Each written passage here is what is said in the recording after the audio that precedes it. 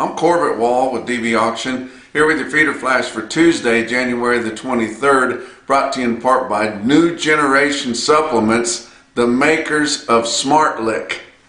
They also have 70 unique formulas between livestock brands, supporting what most ranchers are up against.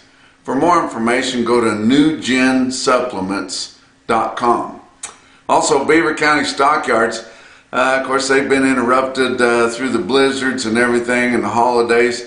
And wow, big sale here today on Tuesday at Beaver County Stockyards, expecting around 6,500 head. That's a little spot in the road, guys, on the eastern side of the Oklahoma Panhandle, or no man's land there. But big run. Jeff Slatton told me he even had Lane Conkle get on the radio and ask folks that didn't already have cattle consigned not to bring them until next week to kind of break it up a little bit. They had about 5,800 already in the yards on Monday after evening, but going to have a huge sale at Beaver County Stockyards. About 2,000 head of calves, most of them weighing from 3 to 6, and over 80% of them weaned, being a lot of nice drags of calves, be a lot of calves that have been weaned and turned back out, be good stalker type calves there. And then around 4,000 head of yearlings, a lot of them coming off the wheat. Now, they had pretty good wheat in that part of the country, about as good as they had anywhere, but they turned a lot of cattle out on that wheat, and then when we got that bitter cold snap, that wheat kind of crawled back into the ground. So guys were ready to move those cattle off, but if you had a place to turn those cattle back out, they would be excellent for that. Be a lot of lighter weight yearlings, but a lot of 8 and 9 weight steers too. Of the straight load lots, they're going to have 27 and 9 weight loads of steers, at least 16 6 to 8 weight loads of heifers, and then a lot of other yearling deals there. Some of them won't be in load, some of them be more than load, some of them not as much, but you could put a lot of cattle together there with a lot of condition there at Beaver County Stockyards. Got a pretty good run of cows too. They just haven't had a sale for a while. They're gonna have about 800 cows, be 90 Angus cows, 3 to 6 years old. They'd be heavy bred. Another consignment of 200 running age cows from 3 years all the way to older cows, and they'll be late second and third stage bred. Another consignment, 80 cows 5 to 8 years old, late second, third stage bred there. So just a really good sale at Beaver County Stockyards. You can view and bid that sale at DVAuction.com. You need to start checking that thing out. Remote carcass grading. And you might have seen something about this, but USDA has started a pilot program. That's what they kind of open it up and they start doing it in a small way when they want to make a new change, and then if that goes well, then they open it wide up. But this is to help some of these smaller processors and some of these just locker plants that would like to have USDA grading on the carcasses that they kill there, the steer and heifer carcasses. It's just hard for them to get, because normally they would have to pay a USDA grader to be there. Now, if you kill several good steers and heifers and you've got enough economies of scale to do that, then it's feasible to do. But there may or may not be a USDA certified grader there in your local area, so you have to pay the travel on that. And it's going to make it easier for some of these smaller outfits, smaller processors, to have USDA not only inspected. USDA inspected is one thing, that's easier. USDA grading on your high quality carcasses, that's a different deal, but it will make those a lot easier to retail, and could be more attractive to customers there. But I see a problem with it. Now, USDA has started out with grading beef back in 1916. It didn't have official standards until 1927, but that's nearly 100 years, people. And the grades have been updated, and they've been not necessarily changed but revised several times during that point. But they've really become exploited over the last 15 years or so, since they've started using the image or camera grading in the big packing plants. Now those cameras that they use in those packing plants for the grading, those are high dollar machines now. And USDA does not own them. The packing plant owns them, and then the USDA graders can come in there and set those up so that they can put official grades on them. But it's not just a happenstance or some kind of a major improvement of genetics, even though we do have better genetics now than we did even just 15 years ago. But it isn't that much better that all the steers and heifers in the Texas Panhandle and Southwest Kansas that used to grade 35 to 40% choice suddenly grade 60 to 80% choice. It's because they're jacking with those cameras. And I've talked to, I've originally started out working with USDA meat grading when I started my USDA career, so I know something about that. I did not become a certified meat grader. I was a certified livestock grader for about 20 years there. But that meat grading, you know, they need to look at those carcasses. And they need to see the marbling of them, but they have to see the whole carcass. They have to look at the ossification of the bones there to see about the age of those carcasses. They need to look in there and see if there's any damaged areas or anything that's in those carcasses that makes them need to be trimmed up or maybe even condemned. And you know, I still have a USDA grader in those big plants, but for the most part, they sit in their break room, and the carcasses just go through with a plant employee taking a visual picture of that with those fancy cameras.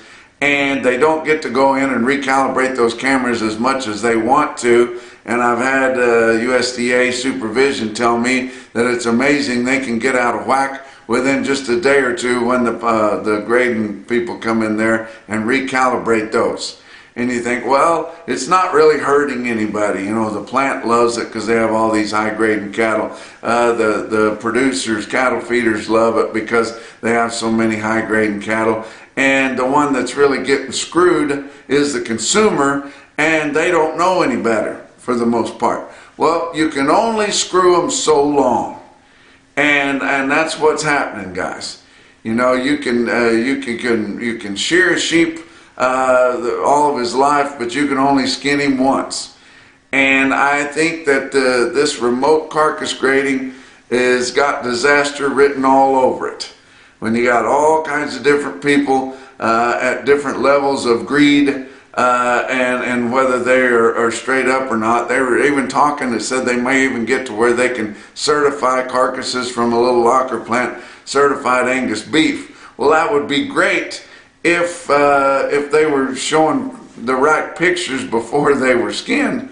You know, it just leaves this thing wide open for misconduct and people to abuse that. And then you start doing that, and then you start having people having more unhappy eating experiences with beef, and it's going to hurt our demand in the long run. Now you guys might say, oh, you're just against everything. Well, I just can see, I know people's nature too much, and I can see this getting exploited and really abused here. I hope it doesn't. But it will help with some smaller outfits being able to market their beef a little bit better. And this is the Biden administration's push to try to help things after we noticed how vulnerable we were during the COVID. But enough about that. Cattle on Feed report didn't shake things up too much. Nobody really noticed it that much because it was exactly neutral. We did get some information out of that report. A lot more cattle on feed with more days on them, being closer to being ripe or finished than what we normally have, and really, historically, it's a lot of cattle with over 120 days on them. We're feeding cattle longer than we have historically, and the cattle with 120 days or more on them was up 12% over a year ago. That is a bunch. Cattle with over 90 days on them was up 9.5% over a year ago. So we don't have the packers exactly where we want them, with really very limited supplies of market-ready cattle. There's a lot of market-ready cattle out there because the packers have slowed the chain speed down so much that everything's getting backed up, and that's just naturally how you see that, and that's the main reason that they did it. Another reason was they wasn't making much money on it, but they've got the cutout values up again now. If they could ever get those choice over $300 on the cuts and keep them up there, it'd be making pretty good money, and then could go ahead and get the cattle feeder what he wants for his cattle, and it would be great for everybody. But huge runs in your feeder cattle auctions, except for right where that icy spot went through, and that's right where our highest volume sales on Monday were at. Oklahoma City would have had a stampede of cattle. They only had 5,700 because that icy strip went right through there. It was really tough for producers to get their cattle in there. Joplin was expecting 10,000. They only got to sell the cattle that they had in the barn, 6,700 head, because it was just too slick out to do anything early on Monday. So we didn't see the big runs there. But in other places, we saw huge runs in your regional sales and even your smaller, just local sale barns.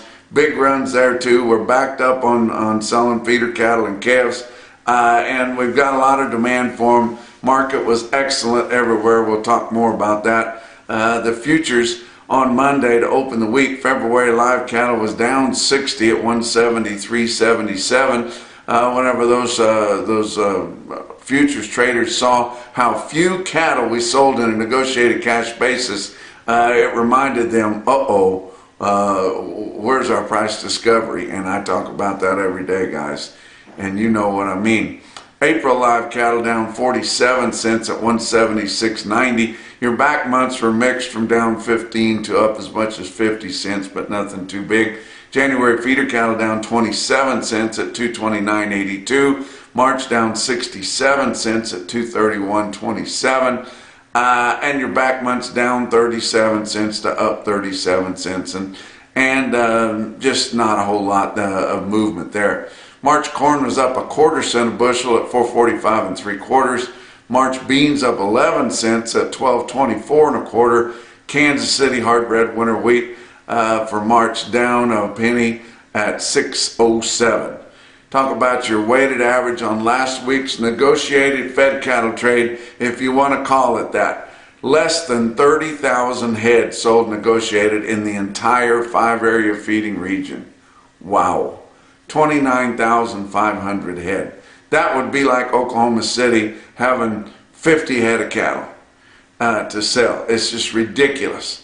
29,500 in the entire 5-area feeding region compared to a very, very light run the week before, 39,400, and nearly 50,000 the same week a year ago.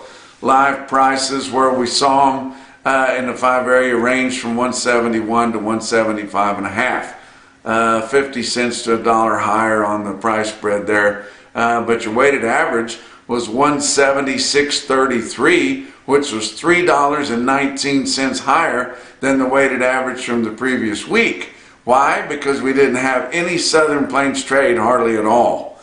And so I'm not sure what the formula traders are going to think. I know we didn't have enough cattle in the Southern Plains to set the formula trade base down there. Did they take the 5-area weighted average? If they do, that being up $3.19 might make them think about it a little bit. How about your dress price? $2.72 to $2.77, steady to $2 higher. Dress price was just about steady, $273.89, which was up 19 cents. But that's where all your dress trade is at, is in the Northern Plains, and that's the only place we had any sales.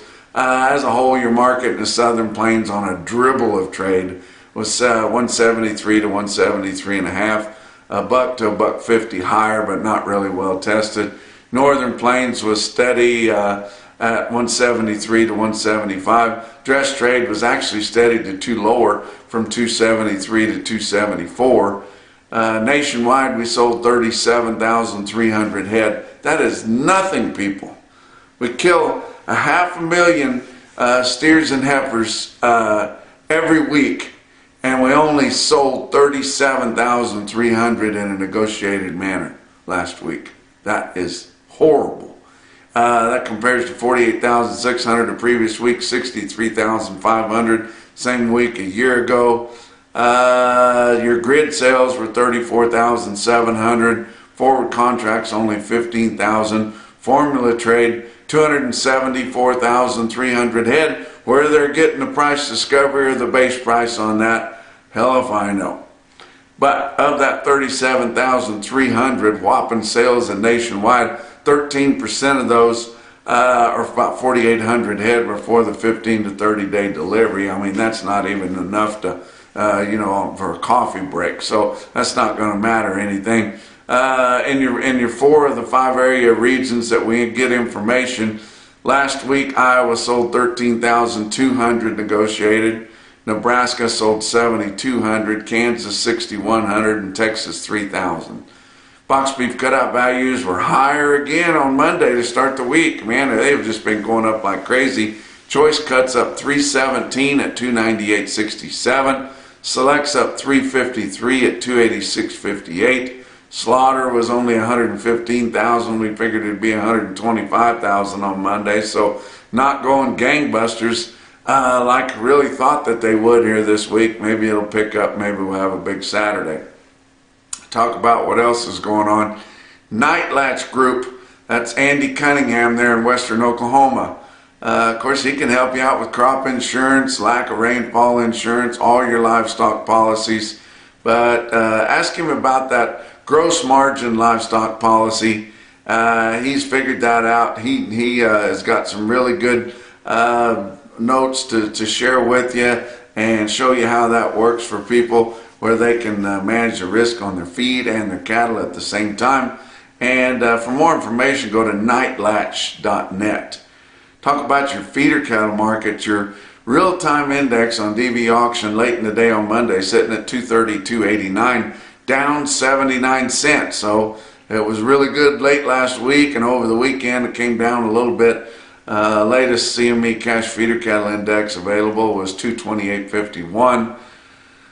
And look at your big sales, and like I said, the OKC or Oklahoma National Stockyards in Oklahoma City had 5,700. They would have easily had twice that many if they hadn't had the ice.